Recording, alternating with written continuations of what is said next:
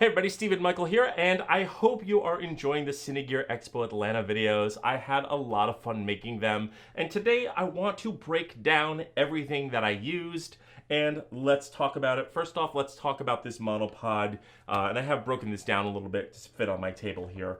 But talking about the monopod, we have the Carry Air. This is the CT35DV. Now, I did review this a while ago, and I did not give it a favorable review, and the company contacted me and said, hey, could you please try it again? We really stand behind our products. We think you just got a bad one. And I have not stopped using this since. It is just simply fantastic. There are some things I really love about this. First off, when you put it on the feet, it stands up. You can walk away no problem.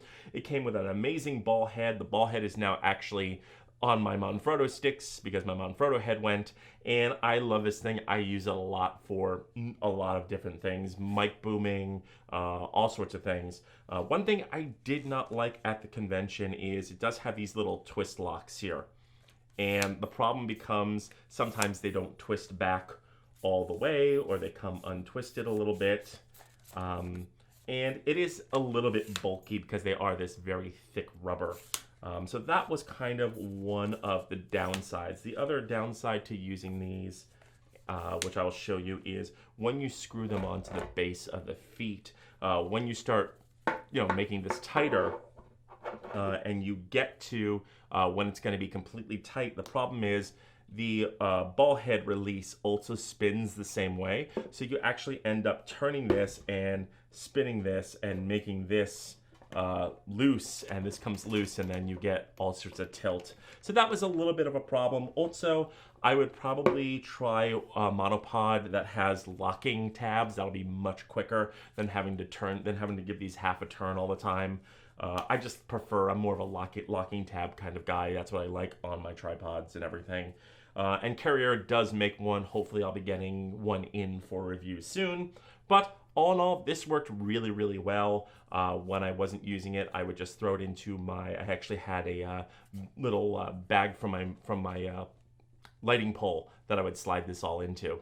So very, very cool. That worked very well. Next, let's talk about the rig itself, and I'll tell you why I chose everything. First off, I used the DJI Action Cam, and the DJI Action Cam was great to use. Quality is only okay because it is an action cam, and I was going from inside to outside, but that's more user defect than camera defect. That's me just getting to know the camera. Some other things I really loved about this camera is the size. It was so small to just pop onto this and just drop it down and pick it up and walk with it. And because I had the heavy feet on the bottom, I was actually able to use it as a steady cam when I was getting my B-roll, which was very cool. And it does have these very nice feet that just stand and you can walk away and be completely fine with them. Fantastic feet. But getting back to the camera, some other things I really loved is the screen on front, which is the main reason I chose this, so that when I started my interviews, I could look at a 16:9 image on this little screen and I could line us up. And this camera worked really, really well. Now, some downsides to the DJI Osmo is, again, quality, but that may be my fault a little bit. The other downside is you cannot record sound into this, and that is where DJI really missed the boat on this camera. It is really such a downside that you can't even put an adapter in and record sound on this camera. Hopefully they'll either do some kind of update, or in the next model they will give us an ability to plug in a microphone. But again, DJI really missed the boat on that. So I did have to record externally, and we'll get into that. The other thing is, I noticed even with dewarp on, this is still an action cam. It is still that action cam lens. So when you set this up, and you'll notice in my cream source video, we look a little too close and a little bit too wide, and that's because you have to get this thing at least 6 to 7 feet away from you, possibly 8 if you can. Otherwise, the dewarp doesn't really do anything, and it kind of stretches. I actually had to smush the image on some of these and blow it up a little bit, which is why they're all in 1080 and not 4K, and why they look a little odd. So that is definitely a downside, is the lens. Now, I wish you have this wonderful thing that screws off here. I wish they would make lenses where you could adjust the focus. You just screw this on and adjust the focus. That would be fantastic if somebody would make something like that. And then finally, the other downside is battery life. The battery is not good at all on this. I did come up with a great solution, and that is this little solution here. I used one of my little twisty ties from Walmart, which worked great. And I actually used the Rode USB to USB Type-C. And basically what this is this is just a gentleman's clip. I just fed a twisty tie thing here, and I shoved in this little power pack, this little Atom Tech, which is fantastic, by the way.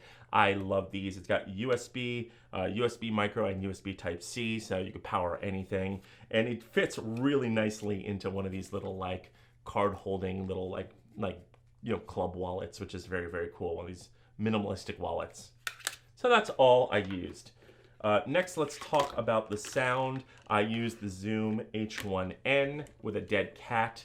And this worked really, really well. I was really, really glad that I used this. And I would basically walk around, and I would, walk around with the pole, and I would film things. I could flip this around to my side if I wanted to vlog. So very, very cool. Another thing that I did, and let me find it, is when I did my interviews, I would pop this thing up, and I used my column here. You can't buy these anymore, but you can buy things that are similar. I used a little double-sided little round bulb thing. I don't know what these are called, but they come on any like extension arm. So I just took one off an arm. And again, I used another Condor and Blue mini quick release plate. That is the thing that saved me, is I used these Condor and Blue plates, which are fantastic. They do not last very long. I've had a couple that have just gone on me or just jammed up, but when they work really well, and they make setting up and taking down a breeze. But when I wanted to do an interview, I would pop this thing up, I would quickly release the microphone here, and I would snap this into place, give this a little bit of a twist, and I was ready to go with my interview. And that's really something I really, really enjoyed about this, is the fact that I could just go back and forth. Now, some things I learned about using a Zoom as a microphone is never bring it back to you. It picks up really well. You could probably just hold it out like this. I put it at an angle just to not look weird. And some people were a little bit more soft-spoken than others. Also, keep this thing between about a 5, maybe a little bit toward 4, because if this gets any louder, it's so close you're gonna overpower. So just make sure you're checking your levels. But this worked really, really well as a microphone, and it was a really good option to use. And of course, I do want to talk about the Condor and Blue mini plates. They are great, as you know, as I've said. I did also use this little adapter piece here to adapt it to the stands, to the monopod. I don't know what they're called. I'll leave them in the links below. And finally, let's talk about the light I use. Also, one other thing is I did have a ND filter for this, a 32. That's what I used because it was so bright, and I had it in a little like cloth bag, and I would go in between. But the problem became I would use the 32, but then underneath some of the tents outside, it was a little dark. So I have this wonderful light, which I got yelled at by Brandon from Aperture, because it is the GVV PL12. It is the Aperture clone. I literally walked up and he's like, "What is this?" So he's like, "You should have one of these." And I basically said, well, it's $25 on B&H versus $45 anywhere else. So, hey, maybe they'll send me one. Here's hoping. But this is what I used for lighting. I didn't need the tungsten gel. It worked fantastic inside and out. And of course, it lasted the entire day because it was going on and off. I only really used it outside underneath the tents. Actually, when I did the, which is coming up, the Film Gear USA video, we actually used their panel to light us because we were kind of underneath an overhang. But this worked really, really well, super light. And again, I had 2 of these, so if this ran out, I could just quickly swap it out. And that was it. That was my whole setup.